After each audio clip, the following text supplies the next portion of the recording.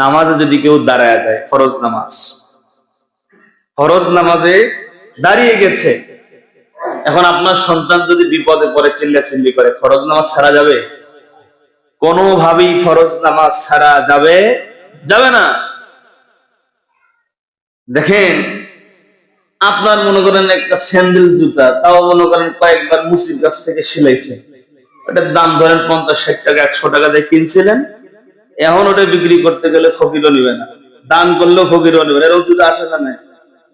এইরকম একজোড়া জুতা আপনি সামনে রাখছেন, কথার কথা, আপনি ফরজ নামাজে দাঁড়িয়েছেন। চোর সাহেব তো আসে মসজিদে মাঝে মাঝে, আসে না? চোর আসেন, এই মসজিদ থেকে আমারও 3 জোড়া নিছে, জোরে কোন সুবহানাল্লাহ।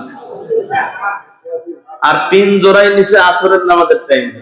চোর মনে হয় আসরের নামাজ পড়তে বেশি ভালোবাসে।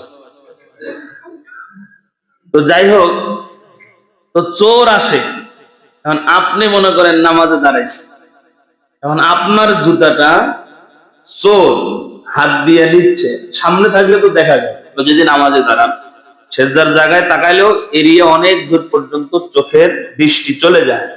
আপনি যদি দেখতে পান যে আমার জুতাটা চোরে হাত দিয়ে নিছে, এখন মাসালা কি? আল্লাহ রসুল বলেন, নামাজ ছাড়ো, চোর ধরে চোরের আগে ইচ্ছা মতো বানাও। সুবহানাল্লাহ কইতেন। নামাজ পড়ে আগে চোররে চোর ধরো, কারণ চোর যদি তোমার জুতা নিয়ে যায়, বান্দা তোমার তো লস হয়ে যাবে, আমার নামাজ পড়তে গিয়ে তোমার জুতা হারালো। আল্লাহ বলেন দরকার নাই, আগে জুতা চোরে ধরো, এরপরে চোররে মাইরা চোরের শাস্তির আগে জুতার আগে উদ্ধার করো, এরপরে তুমি আমার জন্য আবার ইবাদত করিও। সুবহানাল্লাহ।